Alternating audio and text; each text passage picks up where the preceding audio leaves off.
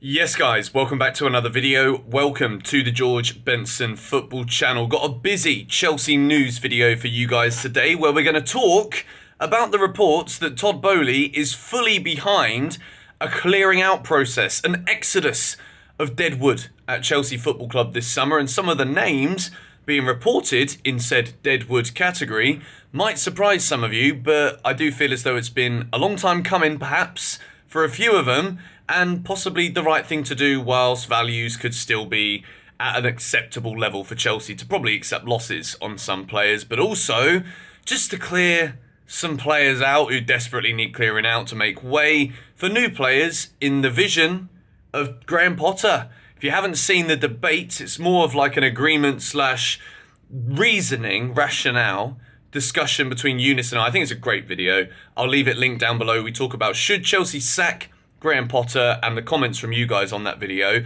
are some of the best comments I've had in quite a long time on the channel. So maybe, if you guys like it, Eunice and I will keep doing stuff on a regular basis together. If you could hit the like button on this video today, and if you're not yet subscribed to the George Benson football channel, well, now might be a good time to do so. There is lots of discussion, lots of debate to be had, lots of news about Chelsea Football Club, and I think when the results on the field are not going very well, Chelsea are going to get linked with all and sundry. We're going to get linked with every single football player who's ever kicked a football in the direction of a goal. And today we're going to talk Marcus Thuram. We're going to talk Enzo Fernandez and not ruling out a second approach from Chelsea in January.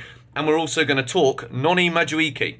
I probably absolutely butchered the pronunciation of that name. I'm not going to lie, I don't know too much about our boy Noni from PSV, but we're going to talk about him once we've discussed the plan to clear out this Chelsea team, to change the dressing room, to remove the dead wood. And it's being reported, and I read it from Matt Law, Chelsea are looking to offload a load of players this summer, and three of the names being touted are Hakim Ziyech, Christian Pulisic, and Kai Havertz. Now, with Christopher and Kunku looking set to come in, when you look at Pulisic, Ziyech, and Kai Havertz, three players who during specific moments have shone, but during the conversation about potential of said players, I don't think any of these three players have lived up to the hype or expectation that Chelsea fans, Chelsea Football Club, certain managers that we've had would have expected from these players. I think Hakim Ziyech, probably not necessarily fully suited to the Premier League. I think he's a phenomenal player on his day. I think he was very unlucky. I think there were times where he was coming into really good form for Chelsea Football Club and then he'd get injured, which again is just a whole nother topic of conversation for itself. The investigation continues into why these players are getting injured. Christian Pulisic, once more, we bought him a long time ago now. It feels like Christian Pulisic has just signed and we're still kind of like just waiting on tenterhooks for him to do something of note, really, in a Chelsea shirt. There's been flashes of brilliance, moments of class, but once again, a Chelsea career hampered by countless injuries over and over again. And if I was to be realistic about it, I think if he was to move to Newcastle, Liverpool, clubs that have been linked with Pulisic's signature, I don't think anything would change. I think he would literally remain the same thing where you get moments of brilliance, but then because he's so tiny and his physical stature as a being isn't suited for the Premier League, he's going to get bowled over, he's going to pick up injuries twice a season. And I think realistically, Chelsea are going to look at both Ziyech and Pulisic in particular and probably think, well, this could be the last chance for us to be able to recoup some of the fees that we paid for these players. I don't think they'll get anywhere close to getting the fee for Hakim Ziyech. 40 million is a lot of money. I think 25, 30, maybe the World Cup has boosted his stock slightly. But as much as I would love to see Ziyech given another chance, I think between now and the end of the season, he will get more opportunities because of injuries and just because of how poor certain other players have been. But Christian Pulisic, again, I don't think he's going to go anywhere in January. Graham Potter has said that already because he's out for at least 2 months. It's a joke how much this guy gets injured. We can say that an investigation needs to happen into the Chelsea backroom staff with fitness and medicals, etc. When you fire all of the people that we've fired, when certain players who are injury prone have good relationships with medical staff who know about the patterns, know about recovery times, and then all of a sudden these players are working with totally different people who have totally different ideas as to what's best for the player. it's not a surprise since Todd Boehly came in, since he fired all of those people and brought in his own team of medical staff. It's not a surprise that people like Christian Pulisic are prime examples of reoccurring injuries, constant injuries, not being able to get a decent run in the side. And I think Chelsea, again, with Pulisic, I'm not kind of sure what fee we'd be able to command for him. But I do think we'd probably still make a loss on the player in terms of transfers, incoming, outgoing numbers. And I think it's probably the right decision. I don't think Pulisic is fully suited for the Prem. I think if he was to go back to the Bundesliga, he'd flourish. Even in Spain, perhaps he would flourish too. And then there's Kai Havertz, who's the other name amongst probably many others that Chelsea will probably be looking to offload this summer. Jorginho probably won't sign a new deal the way things are going. Azpilicueta, I think Chelsea should try and find another club for Azpi, despite him signing a 2-year deal. But Kai Havertz, this is the interesting one, because no one will ever forget that goal that writes his name into Chelsea folklore, writes his name into Chelsea history. However, £72 million, and at the moment, we'd be lucky to be able to get a team to bid £7.2 million for Kai Havertz. A lot of people think I was very harsh on him for the performance in the other day's game. I think a lot of the reason for my critique of Havertz, the reason he got a red box, was because he still didn't do what he's on the field to do.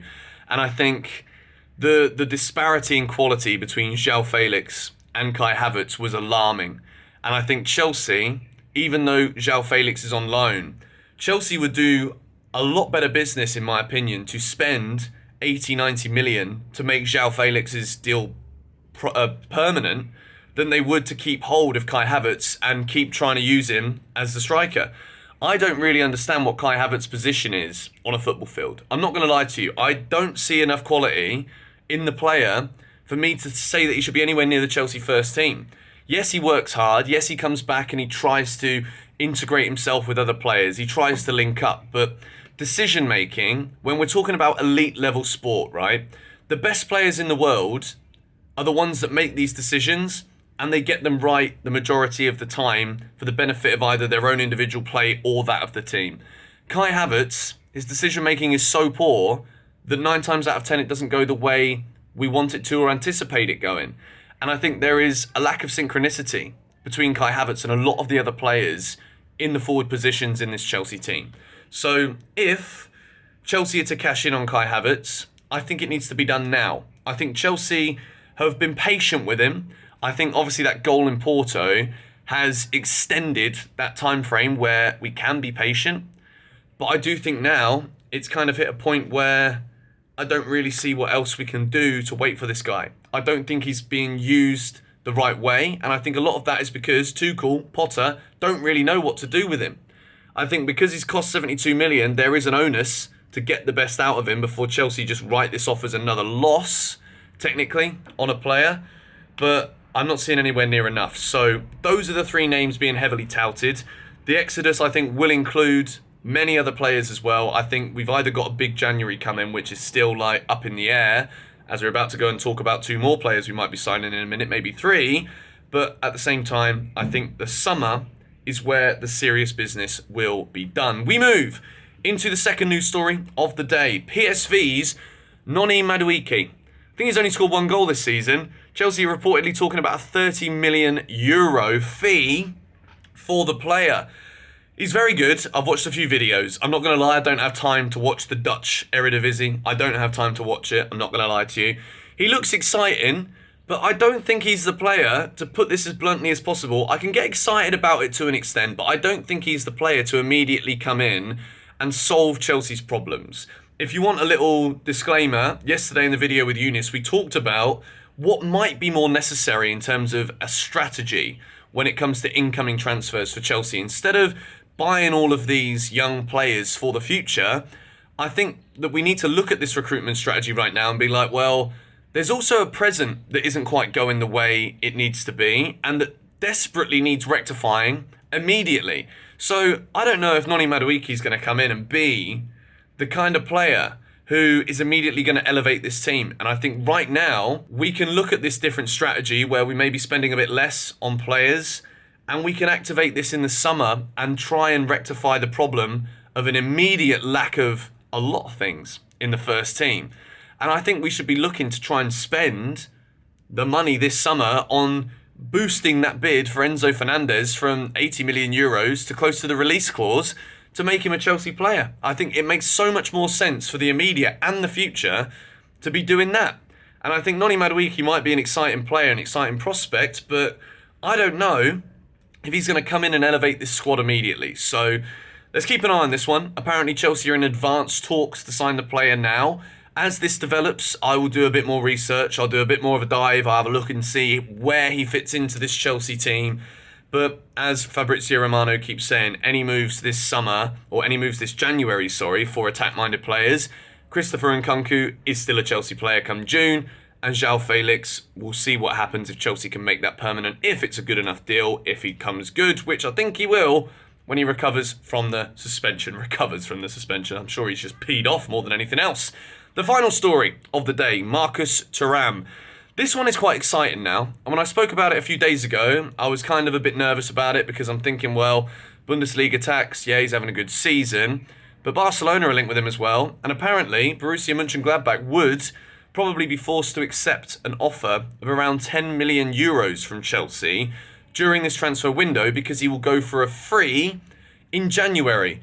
And I think when we're talking about figures like 10 million euros, yes, it's still a transfer fee that comes out of Chelsea's bank account and goes into someone else's, and it's part of the FFP process.